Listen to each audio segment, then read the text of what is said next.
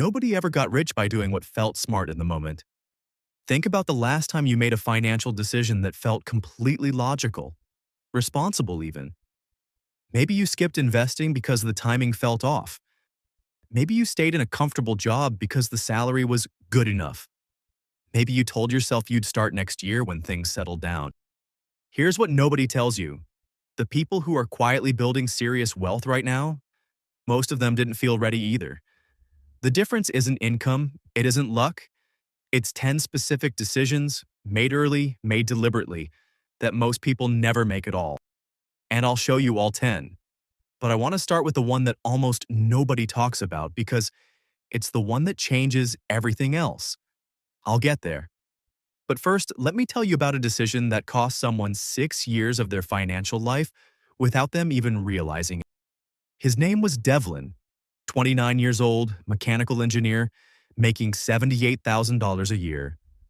By every measure, doing fine. He had a savings account. He had no credit card debt. But Devlin had made a quiet decision early on, one so small it barely felt like a decision. He decided to wait until he understood investing better before actually investing. Reasonable, right? Except better never came. Every time he learned something new, there was something else he didn't know. So he waited, and waited. And when he finally sat down and calculated what 6 years of waiting had cost him in compounding returns, he didn't say anything. That number was almost $190,000. The first decision future millionaires never regret. They start before they feel ready. Not recklessly, deliberately. They put money into index funds when they half understand them. Buy assets when they're not sure of every detail, because they know that waiting for certainty is just procrastination wearing a responsible mask. The second decision is one your friends will absolutely not understand, and that's almost a guarantee it's the right one. Future millionaires stop optimizing for approval early. This is quieter than it sounds. It's not about being antisocial.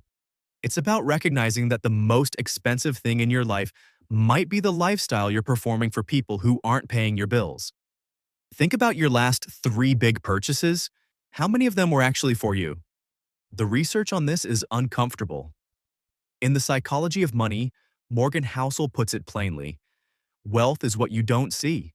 The people who look rich and the people who are rich are increasingly 2 different groups. The ones building real net worth are usually the ones you wouldn't guess. They drive unremarkable cars. They live in reasonable homes. Third decision, they get obsessed with the gap between income and expenses, not just income. Raises feel incredible for about 3 weeks. Then lifestyle inflates to absorb them. And somehow, you're making more money than you've ever made and still feeling behind. This is the hedonic treadmill, and it is merciless. The decision isn't to live like a monk. It's to be intentional about the gap.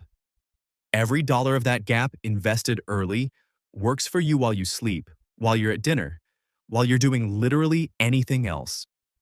The people building wealth treat that gap like a second job, because in terms of long-term output, it is. The fourth decision is one that feels counterintuitive until you've seen it work. They invest in their earning power before anything else. There's a period, usually in your late 20s, early 30s, where the highest return on investment isn't in the market. It's in you. A course that makes you worth $15,000 more per year pays back in compounding income for decades. A skill that opens a new income stream does the same. The people who figure this out early aren't just saving. They're expanding the engine. If you're watching this and you've been putting off developing a skill because you didn't want to spend money on yourself, that might be the most expensive decision you're making. Fifth, they build income from more than one place before they feel like they need to.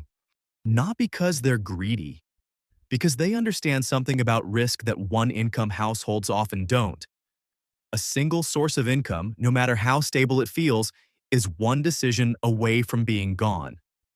A second stream, even a small one, even $300 a month from something you know, creates options.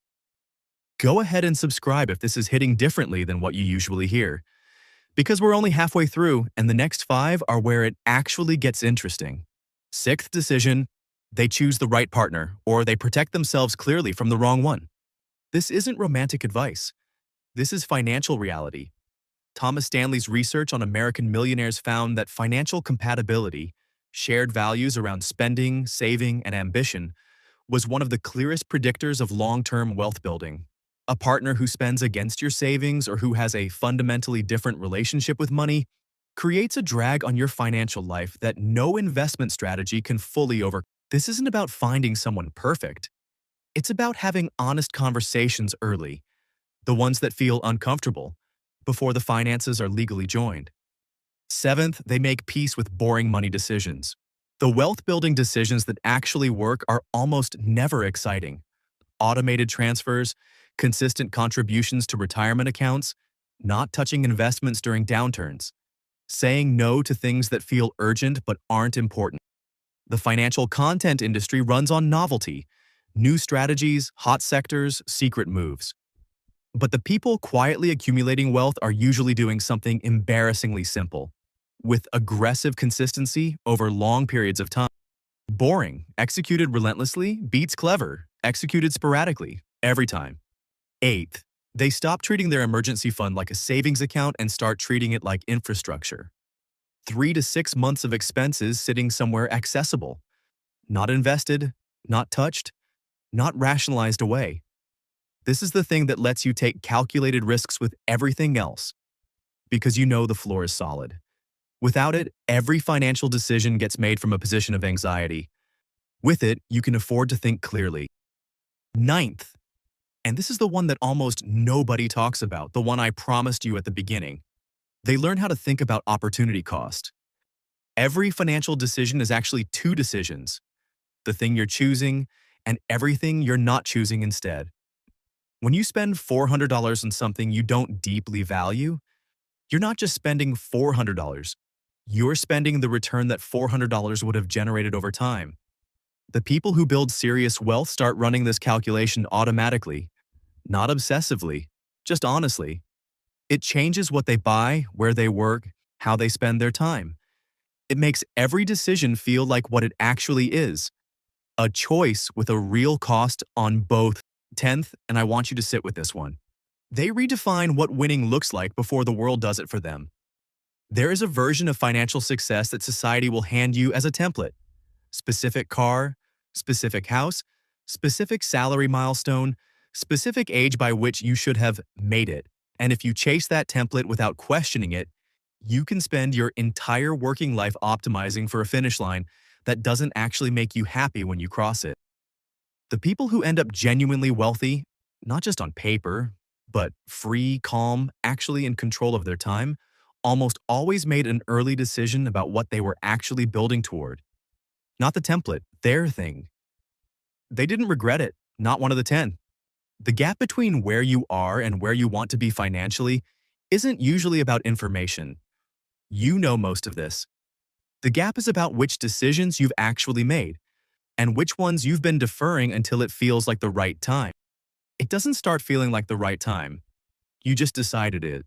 Drop in the comments which of these 10 hit closest to home. Share this video to your dear ones and subscribe for more. I'll see you in the next one.